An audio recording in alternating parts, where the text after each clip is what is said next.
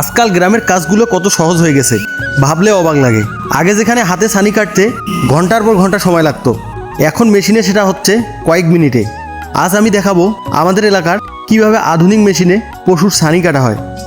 আসসালামু আলাইকুম বন্ধুরা, আমি রিফাত, আমি তাসিরপাড়া থেকে বলতেছি।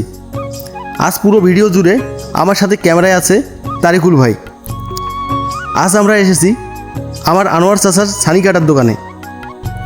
প্রথমে দেখুন, বাড়ি থেকে খড়গুলো নিয়ে এসে মেশিনের পাশেই এই মাচাঙ্গের উপরে খুব সুন্দর করে সাজিয়ে রাখা হয়। এরপর একটা জরুরি কাজ হলো খড়ের উপর হালকা করে পানি ছিটিয়ে ভিজিয়ে নেওয়া। এর কারণ হলো ছানি কাটার সময় যেন ধুলাবালি না ওড়ে এবং কাজটা পরিষ্কার হয়। এখন দেখুন আসল ম্যাজিক। আনোয়ার চাচা এক পাশ দিয়ে খড়গুলো মেশিনে ঢুকে দিচ্ছে, আর অন্য পাশ দিয়ে একদম কুচি কুচি হয়ে ছানি বেরিয়ে আসছে। আর সবচেয়ে মজার ব্যাপার কি জানেন? এতগুলো খড় কাটতে খরচ হচ্ছে মাত্র 15 টাকা। ভাবা যায়?